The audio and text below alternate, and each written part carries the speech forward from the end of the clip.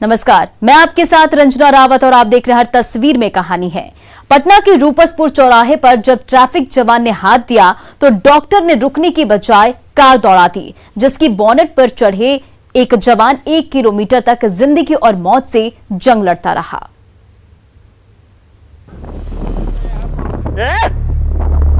फोड़ देंगे।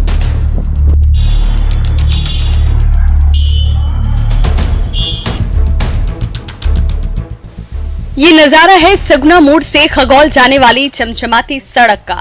इसी सड़क पर एक कार तेज रफ्तार से गुजर रही है और उसकी बोनट पर चढ़ा ट्रैफिक जवान बार बार चिल्लाए जा रहा है, लेकिन कार बढ़ती चली जा रही है। उस समय कार की बोनट पर सवार ट्रैफिक जवान दिग्विजय कुमार ने खुद अपने मोबाइल कैमरे से इस वाकये की वीडियो उतार ली।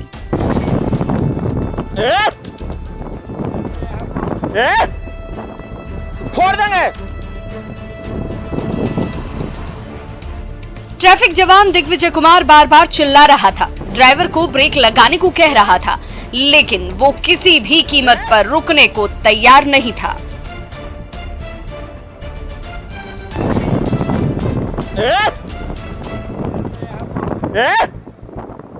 फोड़ देंगे। दानापुर के रूपसपुर का यही वो चौराहा है जहां 26 जून को फिल्मी अंदाज में ये घटना हुई। दरअसल खगौल और दीघा नहर रोड वन वे हो गई है। रूपसपुर चौराहे पर तैनात ट्रैफिक जवान यहां से गुजरने वाली हर गाड़ी को रोककर सगुना मोड़ से खगौल जाने का रास्ता दिखाते हैं, लेकिन 26 जून को एम्स के यूरोलॉजी डिपार्टमेंट के एचओडी कमलेश गुंजन जब अपनी कार से यहां पहुंचे तो ड्यूटी पर तैनात ट्रैफिक जवान नीलेश कुमार और दिग्विजय कुमार ने उन्हें भी सगुना मोड़ का रास्ता दिखाया, लेकिन उन्होंने जबरन अपनी कार घुसा दी।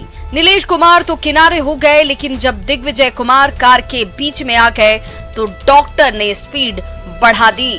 तो दिग्विजय कुमार जान बचाने के लिए बोनट पर चढ़ गए और 1 किलोमीटर तक कार की बोनट के साथ घसीटते गए। फोड़ देंगे।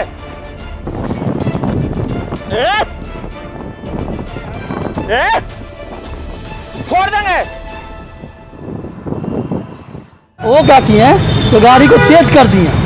तेज करने का है ना, हम वो बाएं से उनके गाड़ी के दाहिने साइड में फेंका गए और एक सिपाही जो है वो उनके बोनेट पर चढ़ के जान बचाने के लिए, अगर सर वो नहीं अगर बोनेट पर चढ़ते हैं तो उनको कुचल के वो भाग जाते हैं। रूपसपुर की सड़क पर करीब 1 किलोमीटर तक डॉक्टर अपनी कार की एक्सीलेटर दबाए रहे और बोनट पर चढ़ा ट्रैफिक जवान चिल्लाता रहा। आखिरकार कुछ दूर जाकर कार पर ब्रेक लगी और डॉक्टर की गाड़ी को रूपसपुर थाने ले जाया गया। सीसीटीवी कैमरे में कैद ये तस्वीर आज भी डॉक्टर की लापरवाही की गवाही दे रहे हैं। अमरजीत शर्मा, न्यूज़ 18, दानापुर।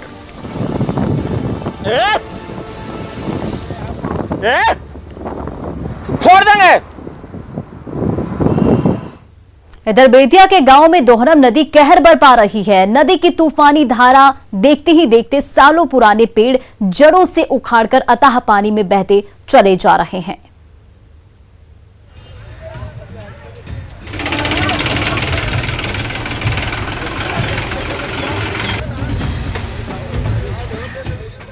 दोरहम नदी की उग्रधारा तूफानी रफ्तार से बहती जा रही है। तभी नदी के किनारे खड़ा खजूर का विशालकाय पेड़ जड़ों से हिलने लगा है।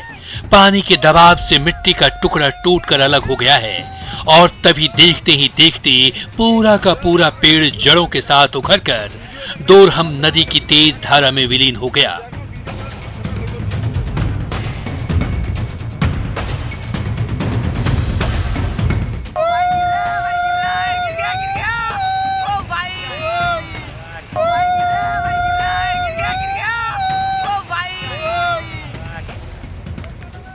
नेपाल के पानी और मूसलाधार बारिश से उफनाई दोरहम नदी नरकटियागंज के गांव-गांव में कहर बरपाती हुई बह रही है। नदी के किनारे बसे सैकड़ों पेड़ और मकान तेज धारा में विलीन हो गए हैं और वहां रहने वाले ग्रामीण दहशत का मंजर देखकर कांप रहे हैं। जो 3 नंबर ब्रिंची का जो नदी है 12-13 घर कल रात को बह गया है। 200 जो गांव है मतलब घर है पूरा दुष्ट हो गया। इस बार कितना घर बह गया? 12-13 घर। सरकार से आपकी क्या मांग है? सरकार से हम लोग क्या मांगेंगे बोलिए। सरकार जैसे अच्छा हम लोग को करे वैसे हम लोग मांगेंगे कि नदी बना दे, चाहे हम लोग रास्ता की व्यवस्था कर दे।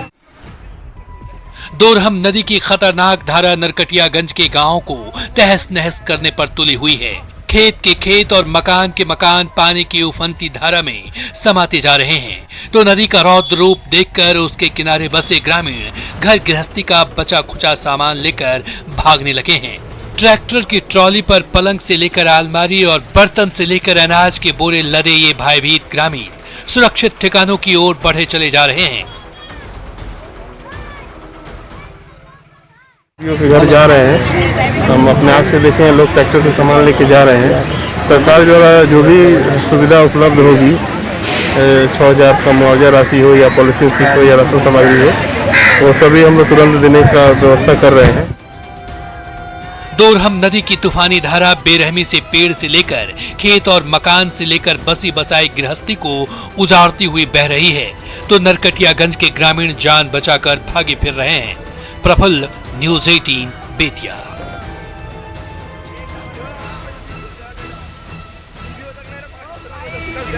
और बगहा में मसान नदी की तूफानी धारा ने गांव-गांव में जबरदस्त तबाही मचाई है। घर और आंगन तो डूब ही गए, कंक्रीट की मजबूत परत टूटकर पानी में विलीन हो गई।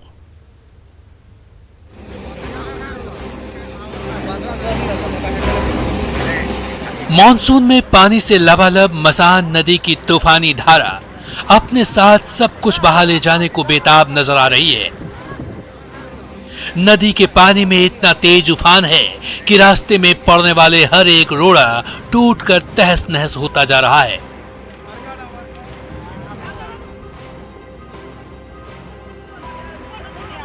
नदी की धारा के बीचों बीच खड़ी बांस की पाइलिंग तो चकनाचूर होकर बिखर ही गई। शेरवा गांव को कटाव से बचाने के लिए बनी कंक्रीट की पक्की परत भी टुकड़े टुकड़े होकर पानी में समाती चली जा रही है।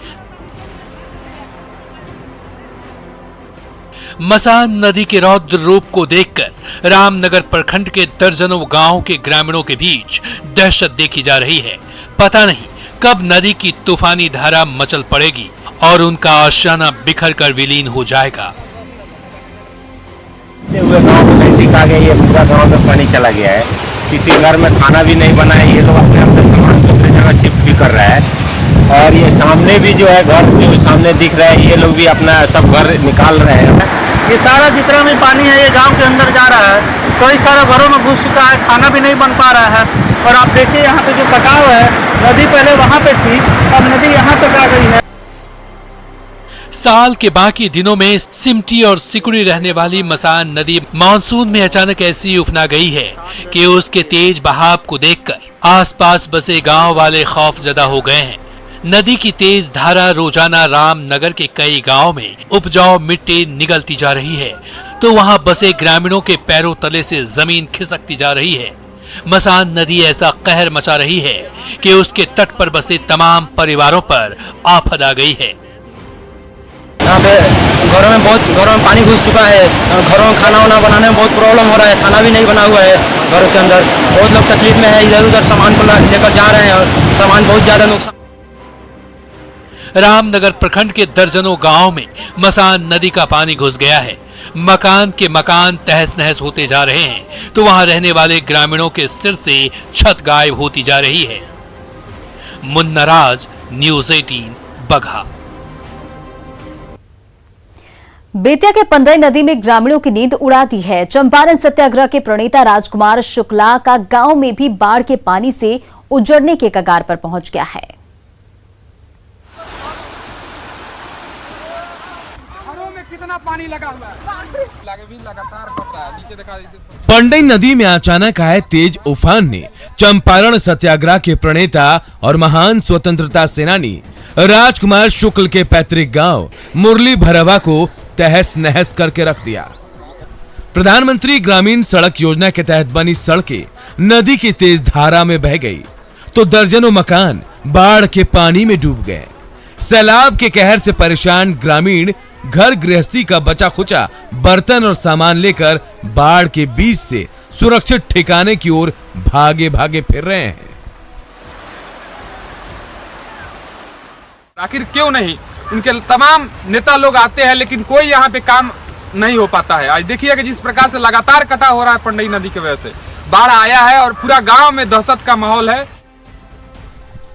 पंडई नदी के कहर से सैकड़ों एकड़ खेत पानी में डूब गए। गांव के तमाम गलियों में घुटने भर पानी बह रहा है। घर आंगन डूब गए हैं। फूस की झोपड़ियां तहस नहस हो गई हैं। मंदिर से लेकर स्कूल तक डूब गए हैं। कहीं भी पैर रखने की जगह तक नहीं बची।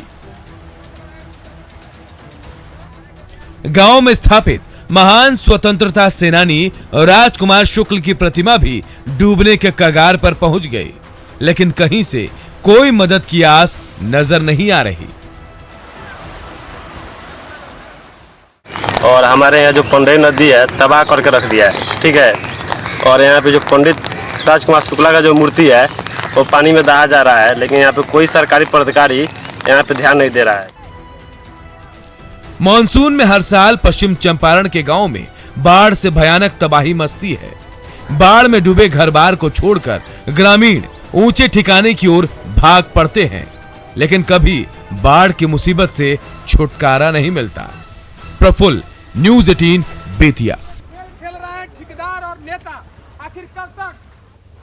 इधर सुपौल के एम्बुलेंस में लेटे मरीज दर्द से कराहते रहते हैं, लेकिन रूठी एम्बुलेंस टस से मस होने का नाम नहीं लेती।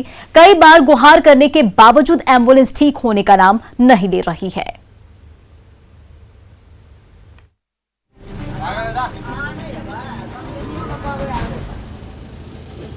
प्रसव पीड़ा से कराह रही गर्भवती महिला स्ट्रेचर पर लेटी हुई है। पल पल दर्द बढ़ता ही जा रहा है। परिजन सांत्वना पर सांत्वना दिए जा रहे हैं, लेकिन एम्बुलेंस है कि स्टार्ट होने का नाम नहीं ले रही है। जब ड्राइवर थक कर हार गया तो इंजन की तरफ से एक नहीं, दो नहीं, 5-5 लोग दमखम लगाने लगे। लेकिन जैसे ही पहिए हिले, एक बार फिर बिदक गई एम्बुलेंस।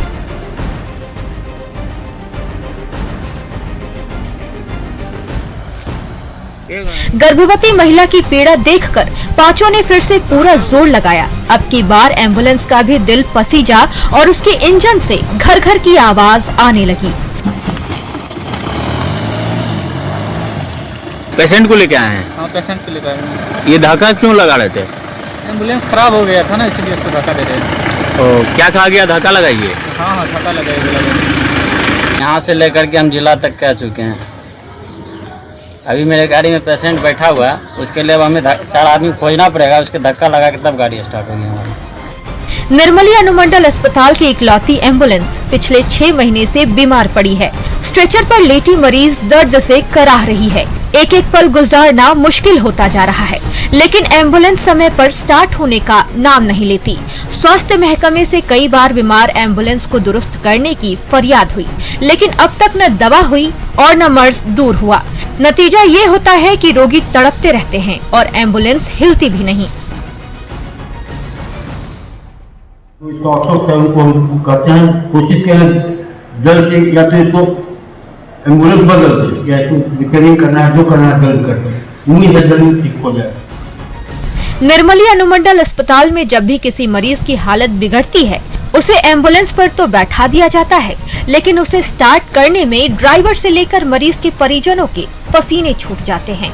अमित झा, न्यूज़ 18।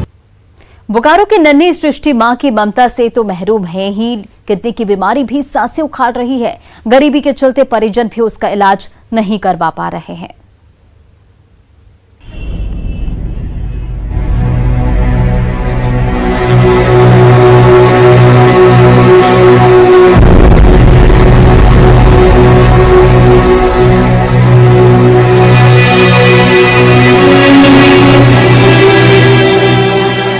खाट पर पड़ी ये मासूम बच्ची 3 साल की है।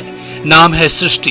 2 महीने पहले मां की ममता का साया इसके सिर से सदा के लिए हट गया। इस मासूम की एक किडनी में अल्सर है, जिसे जल्द निकालने के लिए ऑपरेशन की दरकार है, लेकिन परिजनों के पास महंगे इलाज के लिए पैसे नहीं है। बच्ची फिलहाल बोकारो के बालेडीह स्थित अपने ननिहाल में रह रही है, क्योंकि दहेज के दानव इसके पिता ने इसी साल 23 अप्रैल को इसकी मां को केवल इसलिए जलाकर मार डाला क्योंकि मां की ममता ने अपनी बेटी के इलाज कराने की बात कही थी। दामाद काम करता था बम्बई में, बियरबार में। क्यों मारा?